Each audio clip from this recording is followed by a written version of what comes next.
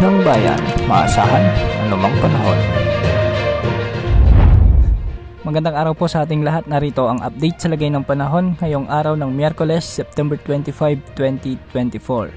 Sa kasalukuyan ay maalinsahang panahon pa rin ang aasahan na malaking bahagi ng ating bansa at ito ay dahil sa easterlies na umiiral sa malaking bahagi ng eastern part ng ating bansa. Dahil nga dito, asahan ang maulap na kalangitan na may mga kalat-kalat na pag-ulan sa bahagi ng Bicol region, sa may Eastern Visayas at sa may Mindanao.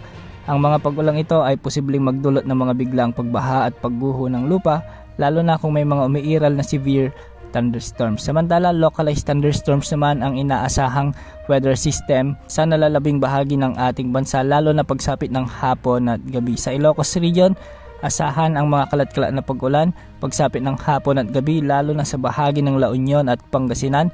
May mga inaasahan ding pag-ulan sa bahagi ng Cordillera Administrative Region, ilang bahagi ng Cagayan Valley at Central Luzon. Samantalang sa Metro Manila, magiging maulap naman ang mga kalangitan na kung minsan ay may mga kalat-kalat na pag-ulan.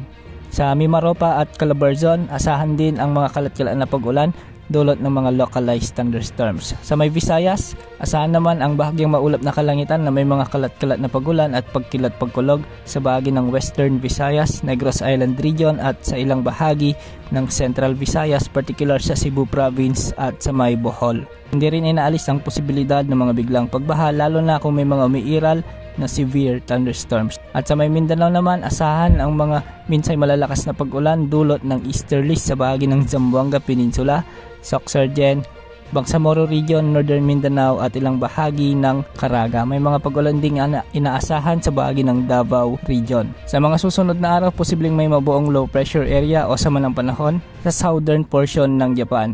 Ito ay kikilos papalapit sa may extreme northern Luzon at posibleng makaapekto ito sa mga susunod na araw. Hindi rin inaalis ang posibilidad na ito ay lumakas bilang bagyo. Ngunit dahil malayo pa o matagal pa, asahan pa ang mga maraming pagbabago. Sa ngayon, wala pa naman tayong namomonitor na potensyal na sama ng panahon na posibleng pumasok sa ating area of responsibility sa susunod na 3 araw ayon sa inilabas ng Pag-asa na tropical cyclone threat potential. Wala ring nakataas na gale warning sa anumang karagatang sakop ng ating bansa. Yan ang update sa lagay ng panahon. Ito po ang weather update ng bayan, maaasahan anumang panahon.